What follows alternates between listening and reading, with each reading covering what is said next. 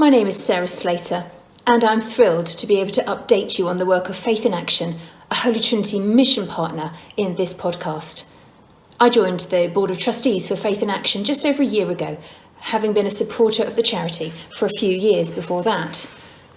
My passion for this small but life-changing charity developed as I recognised how blessed my 3 children have been to receive a good primary education in our local community, and I wanted to be involved in making that possible for other children in a place where this is far less accessible. For those of you not familiar with the story of this remarkable mission partner, Faith in Action was born from the vision of one Holy Trinity Church member, Faith Agua, who was raised in Kitete, a small community in Uganda, before moving to the UK in 2002. Faith's vision was to transform her home community through the provision of safe drinking water and to build a school to provide nursery and primary education. Faith's vision was rooted in one verse of the Bible, Isaiah 43, verse 19. See, I am doing a new thing. I'm making a way in the desert and streams in the wasteland. Over the past 8 years, this vision has become a reality with the construction of a dam in 2013 to provide clean water and the creation of the Isaiah School.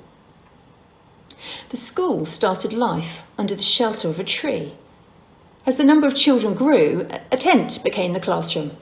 But with many rainy seasons to endure, something more solid was needed.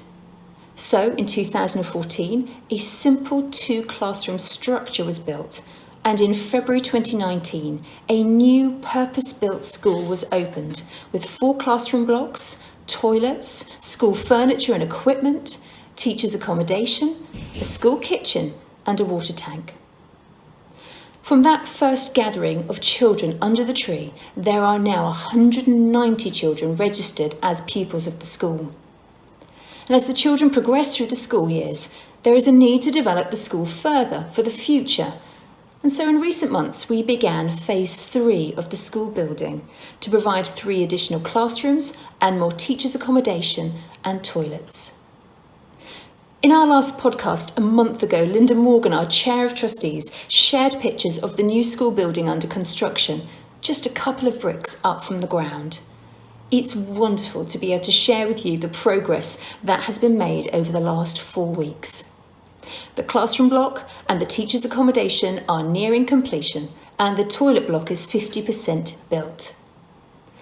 The building work has provided employment for people during the pandemic, builders, roofers, and those skilled in metal and woodwork, so it has been an added blessing to be able to support the local community in this way.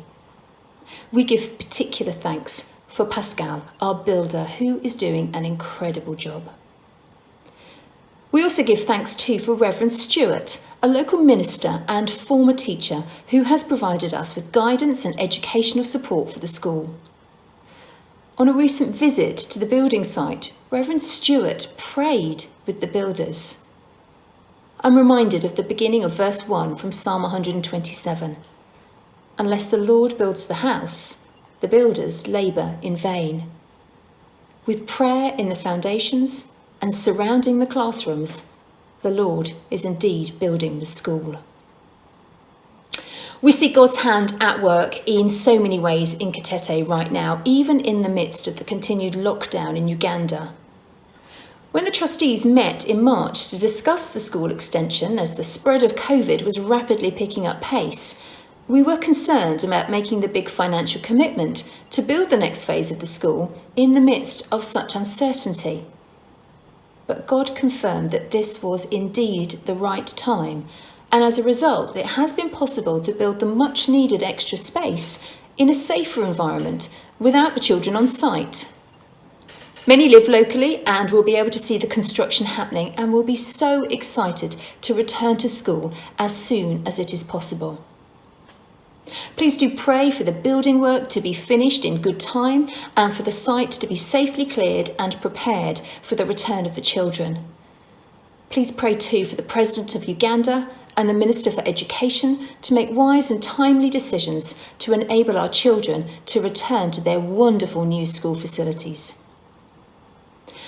We see God's hand at work too in Dennis, the school's head teacher, who has maintained contact with both the children and the teachers whilst the school remains closed. He has a vision for Isaiah School to be the best school in Uganda, and we thank God for bringing him to Katete.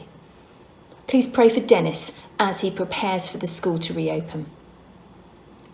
Dennis delivered some schoolwork to the children on his motorbike, but for much of lockdown, they will have been busy helping their families, looking after cattle, collecting firewood. And for the girls particularly, there is a risk of dropout from school as their role in these tasks at home grows. So do please pray for all the parents to be supportive of the children continuing their education. It's been a busy few weeks here in the UK with children returning to school. And whilst this has not been without enormous challenges and vast amounts of planning and preparation, it has been universally agreed that the education of our children has to be a top priority as we head into this next phase of the COVID pandemic.